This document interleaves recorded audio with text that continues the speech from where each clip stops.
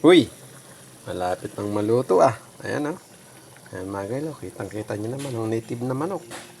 Ito ang kaibahan sa native saka sa mga nabibiling manok sa palengke. Ayan, may ay mga 45 days ba yan? Ito nyo, dilaw na dilaw yung kanyang sabaw. Ayan, mga ilang sandali na lang yan, hindi naman ganun katanda o ganun kaedad na ang aming mga alagang native na manok. Alaga pala ni Papa. Ayan. Grabe oh. Ilang sandali na lang yan.